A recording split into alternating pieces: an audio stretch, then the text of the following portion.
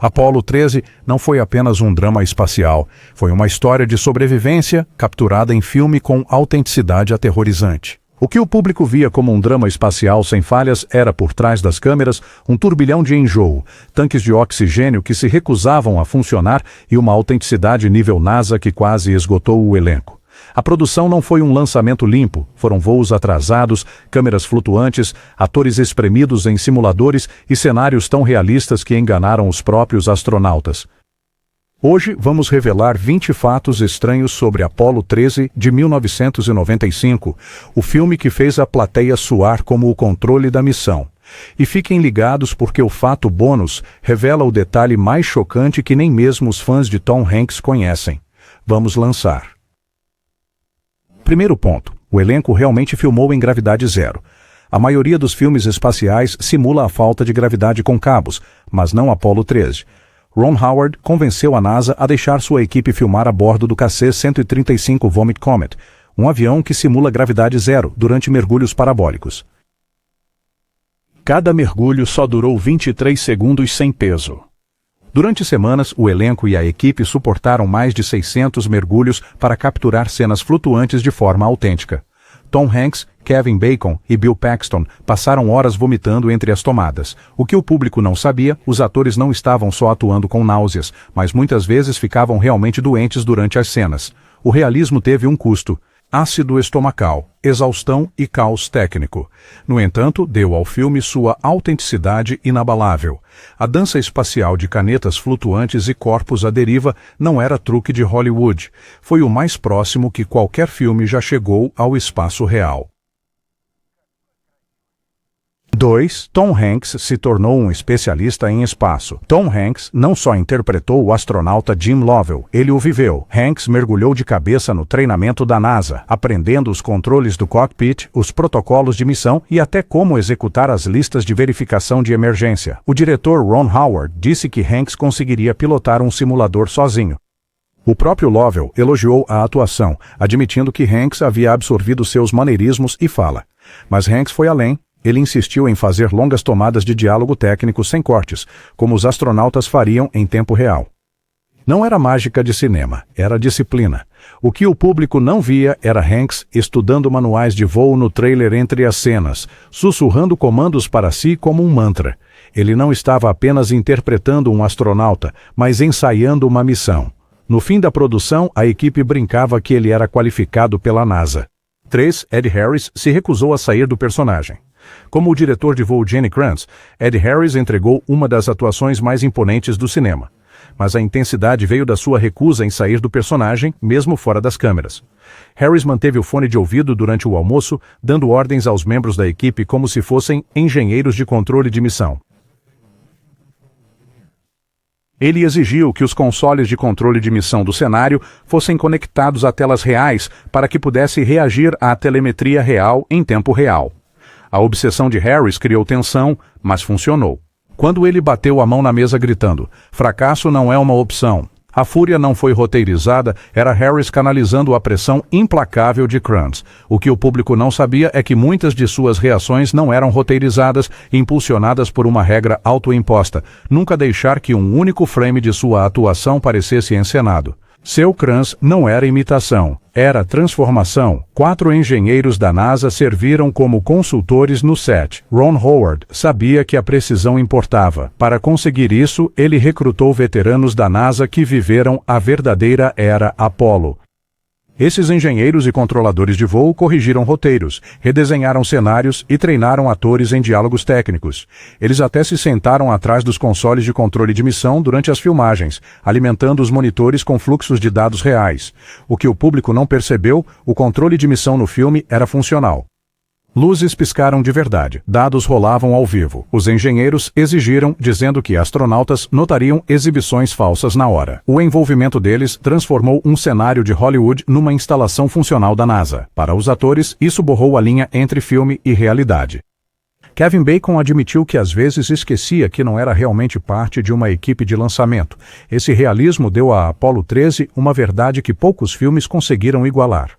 5. O cenário do módulo lunar era tão apertado. Atores entraram em pânico. O Apollo lunar projetado para o conforto e o cenário também não. Construído em escala exata, apertava Hanks, Paxton e Bacon ombro a ombro. O calor das luzes do palco e a ventilação mínima tornavam-no insuportável. Atores muitas vezes saíam encharcados de suor, ofegando por ar. Bill Paxton confessou momentos de claustrofobia tão fortes que implorava por pausas. Ron Howard recusou ampliar o cenário, dizendo que o desconforto refletia o calvário dos astronautas. O que o público não sabia, algumas das trocas tensas entre os atores não eram roteirizadas. Elas surgiram de frustração genuína na cápsula sufocante. O realismo sufocante transformou a atuação em sobrevivência. O cenário não era apenas uma réplica, era uma câmara de pressão psicológica. 6. Kevin Bacon quase não foi escalado. O papel de Kevin Bacon como Jack Swigert parece inevitável agora, mas ele não foi a primeira escolha. John Cusack foi inicialmente considerado, mas recusou. Bacon entrou com apenas semanas para se preparar. O que o público não sabia, Bacon mal teve tempo de estudar o verdadeiro Swigert, então ele contou com os treinadores da NASA e na pesquisa obsessiva de Tom Hanks. Apesar da pressa, a rapidez natural de Bacon deu a Swigert sua vantagem. Nos bastidores, Bacon temia ser o elo fraco num elenco de pesos pesados como Hanks e Ed Harris. Em vez disso, sua energia natural equilibrou a calma de Hanks e o humor de Paxton. Sua escalação tardia injetou uma faísca de imprevisibilidade. Ironicamente, espelhava a história real de Swigert. Ele era um astronauta substituto de última hora, jogado numa missão mortal sem preparo. Arte e história se alinharam perfeitamente. 7. A enfermidade de Bill Paxton mudou sua atuação. Durante as filmagens, Bill Paxton ficou seriamente enfermo com a gripe. A febre dele estava tão alta que a equipe debateu parar a produção, mas Paxton insistiu em trabalhar, entregando falas encharcadas de suor. O que o público não percebeu, muitas de suas expressões doentias não eram atuação. Era o corpo dele colapsando em tempo real. O diretor Ron Howard decidiu usar isso, argumentando que dava ao personagem de Paxton, Fred Haise, uma autenticidade arrepiante. A gripe de Paxton não só atrasou as filmagens, como fez a atuação inesquecível. 8. O pai de Ron Howard aparece no filme. Ron Howard tem o hábito de incluir a família em seus filmes, e Apollo 13 não é exceção. Seu pai, o ator Rance Howard, interpreta o padre que conforta a família Lovell durante a crise. Não foi só uma pontinha, foi pessoal. Ron Howard cresceu à sombra da era Apollo, vendo o pai navegar por Hollywood enquanto ele próprio sonhava em contar histórias. O que o público não sabia, Ron filmou a cena do pai com reverência silenciosa, insistindo em várias tomadas, não por razões técnicas, mas para preservar uma memória. A participação especial ancorou a história emocional da família em algo real para Howard. Borrou a linha entre ficção e filme caseiro, por isso a presença do padre ressoa. Não é só atuação, é um pai que se solidariza com a visão do filho. 9. O verdadeiro Jim Lovell faz uma ponta. Num dos mais deliciosos easter eggs do filme, o verdadeiro comandante da Apollo 13, Jim Lovell, aparece em cena. Ele interpreta o capitão da marinha que cumprimenta os astronautas após o pouso. O que o público não sabia, Lovell só visitou o set para consultar, mas Howard o convenceu a aparecer. Lovell concordou, desde que o papel não ofuscasse a história. Sua aparição é simbólica. Ele literalmente recebe seu duplo cinematográfico, Tom Hanks, de volta à Terra. Lovell brincou que enjoou filmando, embora tivesse sobrevivido ao resgate no Pacífico com nervos de aço. O momento meta deu arrepios à equipe. Para quem o reconhece, é um aperto de mão secreto, prova de que o homem que o viveu aprovou o filme sobre sua sobrevivência impossível. 10. A NASA não queria que o filme fosse feito. A princípio, antes do início da produção, a NASA temia que o Apollo 13 manchasse sua imagem. Por que destacar uma missão fracassada? Executivos temiam que o público visse isso como um constrangimento em vez de um triunfo. Ron Howard revidou, argumentando que o filme não era sobre fracasso, mas sim sobre engenhosidade e resiliência humana. A NASA acabou por abrir as suas portas, concedendo acesso sem precedentes a instalações de treino e simuladores. O que o público não sabia, a equipe de Howard filmou cenas dentro do verdadeiro Centro Espacial Johnson, usando os mesmos simuladores em que os astronautas treinavam. Essa parceria só aconteceu porque Howard reformulou a missão como: o seu auge, a ironia é cortante, o que a NASA temia ser danoso, tornou-se uma das mais celebradas representações da sua genialidade. Antes de mergulharmos na segunda metade desta missão, vá em frente e curta e se inscreva, porque ainda temos acrobacias perigosas, rivalidades de elenco e uma coincidência assustadora que o deixará de queixo caído. A sequência de lançamento usou filmagens reais do Saturno Sim. A cena da decolagem em Apollo 13 parece incrivelmente real, e isso é porque grande parte dela é. Ron Howard combinou efeitos em miniatura com filmagens de arquivo da NASA de um lançamento real do Saturno V. O que o público não sabia é que igualar a iluminação e a gradação de cores de Hollywood às filmagens reais da NASA quase esgotou a equipe de efeitos. Eles passaram semanas ajustando a densidade da fumaça, a coloração das chamas e o comportamento das nuvens para que os cortes parecessem perfeitos. Howard exigiu que o público acreditasse que os astronautas estavam realmente presos a um foguete, não assistindo a um modelo. O composto final enganou até engenheiros da NASA, que elogiaram o lançamento como assustadoramente preciso.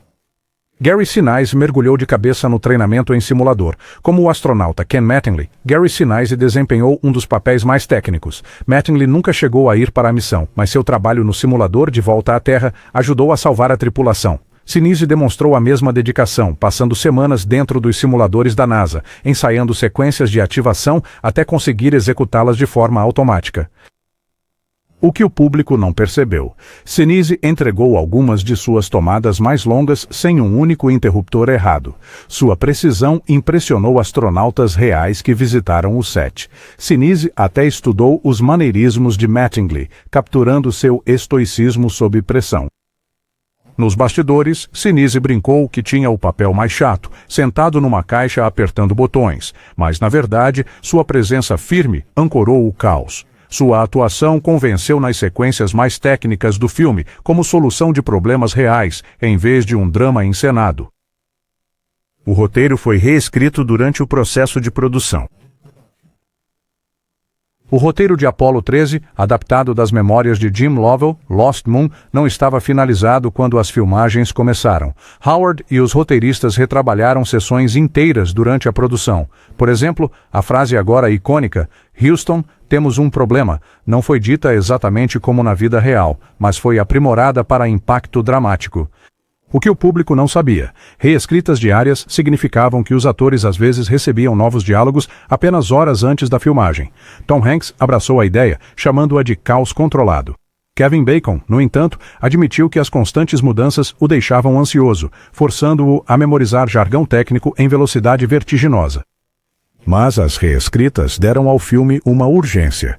Ele evoluiu em tempo real, de forma muito semelhante à própria missão.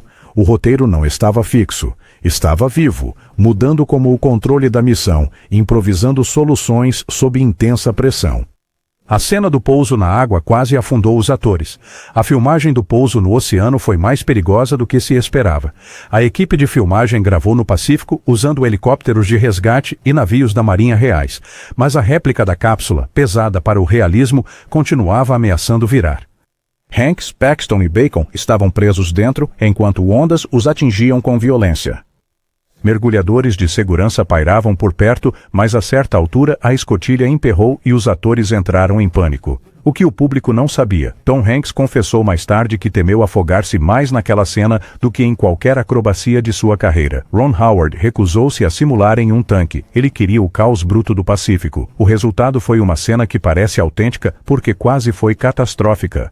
A sobrevivência não era meramente atuação, era algo genuíno. O design de som utilizou gravações autênticas da NASA. Cada bip, estouro de estática e chiado dos diálogos em Apollo 13 foi meticulosamente criado. A equipe de som misturou gravações de estúdio com áudios reais das missões da NASA. Eles até sobrepuseram interferência estática autêntica para simular a tênue ligação de rádio entre a nave espacial e a Terra.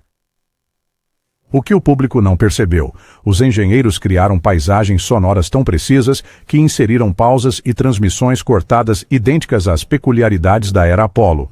Ron Howard insistiu nisso porque o silêncio e o medo de perder contato eram tão dramáticos quanto o diálogo. O resultado?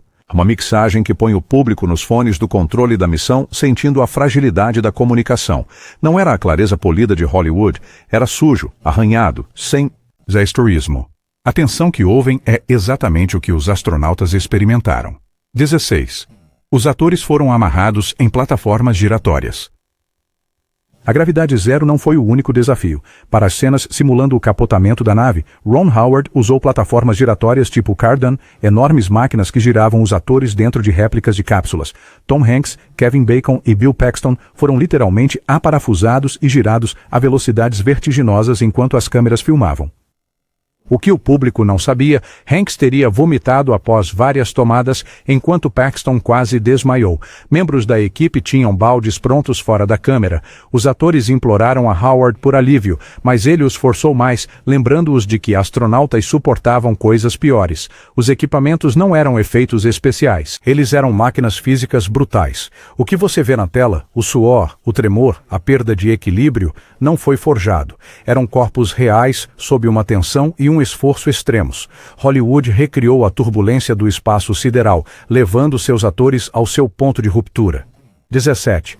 Ron Howard se infiltrou no controle da missão quando era criança. Aqui está uma conexão pessoal estranha. A fascinação de Ron Howard com o Apollo começou muito antes do filme. Como ator mirim filmando The Andy Griffith Show, ele visitou a NASA durante o programa Apollo e se esgueirou para o controle da missão. Ele nunca esqueceu a parede de luzes piscantes e o foco solene dos engenheiros. O público não sabia.